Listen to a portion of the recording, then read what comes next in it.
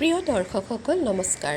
আপোনালোক সকলোকে মোৰ অন্য এটি ভিডিঅ'লৈ আন্তৰিক স্বাগতম জনালোঁ আৰু সকলোৰে মংগল কামনা কৰিলোঁ।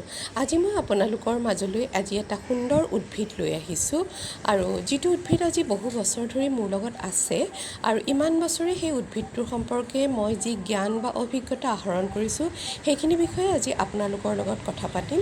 যদি ভিডিঅ'টো ভাল লাগিছে নিশ্চয় লাইক কৰিব আৰু আপুনি যদি মোৰ চেনেলটোলৈ প্ৰথমবাৰৰ বাবে আহিছে তেন্তে চেনেলটো ছাবস্ক্ৰাইব কৰিব বুলি আশা কৰিলোঁ। এয়া চাওক কিমান সুন্দৰ জোপোহা এটি উদ্ভিদ আপোনালোকলৈ লৈ আহিছোঁ। ইয়াৰ পাতবিলাক চিৰিলি দীঘল আৰু পাতখন সেউজীয়া, কিন্তু এই পাতখনত বগা ষ্ট্ৰাইপ আছে, দেখিবলৈ বৰ ধুনীয়া লাগে। ই এটা ঘাঁহজাতীয় উদ্ভিদ আৰু প্ৰায় 1 ফুটমান ওখ হয়। গুৰিৰ পৰাই পুলি পোখাবিলাক ওলাই ই জোপোহা হৈ গৈ থাকে। এই উদ্ভিদটো নৰ্দাৰ্ণ আফ্ৰিকা, নৰ্থ আমেৰিকা আৰু এছিয়াৰ ই থলুৱা উদ্ভিদ। অৰ্নামেণ্টেল লিভছ আৰু ই বহু বৰ্ষজীৱী উদ্ভিদ। আপুনি যদি এবাৰ গাৰ্ডেনত লগায় ই বহু বছৰ ধৰি আপোনাৰ লগত থাকিব। গাৰ্ডেন কাভাৰেই হওক, লেণ্ডস্কেপ বা গাৰ্ডেনত বৰ্ডাৰ দিবৰ কাৰণে এই উদ্ভিদটো বৰ সুন্দৰ। এইটো এটা পপুলাৰ হাউচ প্লাণ্ট হয়, গতিকে আপুনি এই উদ্ভিদটো আপুনি গাৰ্ডেনতো লগাব পাৰিব, নাইবা কণ্টেইনাৰত লগাই আপুনি ইনডোৰ প্লাণ্ট হিচাপেও ইয়াক ব্যৱহাৰ কৰিব পাৰিব। এই উদ্ভিদটোৱে ৰ'দ ভাল পায়। মই গাৰ্ডেনত দুটা ঠাইত লগাইছোঁ। এজোপা এনে ঠাইত আছে যি মৰ্ণিং ছানলাইটটো খুব ভালকৈ পায় আৰু আনজোপাই সাধাৰণতে পিছবেলাৰ ৰ'দটোহে বেছিকৈ পায়। গতিকে মই ক'ব পাৰোঁ যে ই দিনটোৰ কেইঘণ্টামান ৰ'দ পালে ইয়াৰ বাবে যথেষ্ট। তাৰোপৰি ই ইনডাইৰেক্ট ছানলাইটতো ইয়াৰ গ্ৰ'থটো মই ভাল হোৱা দেখিছোঁ। আপুনি ইনডোৰ প্লাণ্ট হিচাপে লগালে এই উদ্ভিদটো এনেকুৱা ঠাইত ৰাখিব য'ত এঢলীয়াকৈ হ'লেও ই সূৰ্যৰ পোহৰটো পায় বা সূৰ্যৰ উজ্জ্বল পোহৰটো ই দিনটোত পাই থাকে। তেতিয়া এই উদ্ভিদটোৰ গ্ৰ'থটো ভাল হৈ থাকিব আৰু 6-7 দিনৰ পিছত আপুনি এবাৰ হ'লেও ইয়াক বাহিৰলৈ উলিয়াই দিব। এই উদ্ভিদটোত পানী আপুনি কেনেদৰে দিব?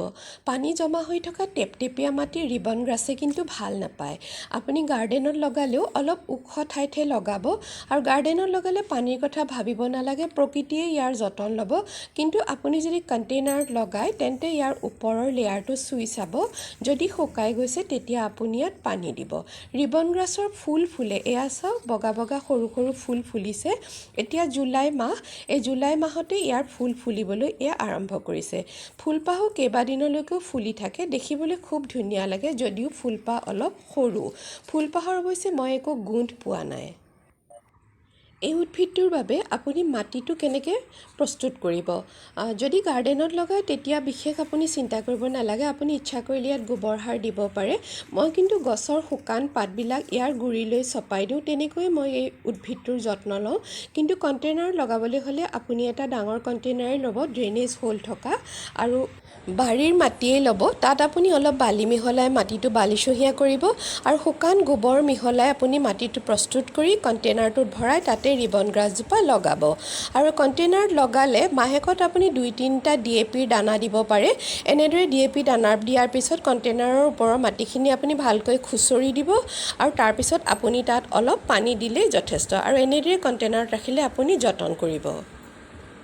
পুলিটো লগোৱাৰ পিছত কিছুদিনৰ বাবে কণ্টেইনাৰটো আপুনি ৰ'দ নপৰা ঠাইত থৈ দিব, নাইবা ডাঙৰ গছৰ ছাঁটো ৰাখিব পাৰিব। ৰিবন গ্ৰাছজোপা যিহেতু ঘাঁহজাতীয় এটা জোপোহা উদ্ভিদ আৰু ইয়াৰ গুৰিৰ পৰাই এইদৰে বহুত পোখা ওলায়, গতিকে আপুনি আৰু এজোপা যেতিয়া ৰিবন গ্ৰাছ লগাম বুলি ভাবে তেতিয়া আপুনি গুৰিৰ পৰাই এনেদৰে এটা বেবী প্লাণ্ট শিপাৰে সৈতে আপুনি উঠাই আনিব লাগিব। এয়া দেখিছেনে, ইয়াৰ গুৰিত এয়া শিপা আছে, এয়া চাওক এয়া শিপা আছে। এনেদৰে এটা অংশ আপুনি গুৰিৰ পৰা সাৱধানে কাটি এৰুৱাই আনিব আৰু সেইটোকে আপুনি কণ্টেইনাৰত লগাব। ৰিবন গ্ৰাছজোপা হেঙিং বাস্কেটতো খুব ভাল লাগে। যেতিয়া গোটেই কণ্টেইনাৰটো ৰিবন গ্ৰাছজোপাই ভৰি পৰিব আৰু ইয়াৰ চিৰিলি পাতবিলাক যেতিয়া তললৈ ওলমি আহিব, কিমান যে ধুনীয়া লাগে। ৰিবন গ্ৰাছৰ অন্য এটা প্ৰজাতি দেখুৱালোঁ আপোনালোকক। এইটো চাওক গুৰিৰ পৰাই কিমান জোপোহা হৈ আহিছে। ইয়াৰ পাতবিলাকো লাহি দীঘল, মাজডোখৰ সেউজীয়া, কাষতে হোৱাইট বৰ্ডাৰটো আছে।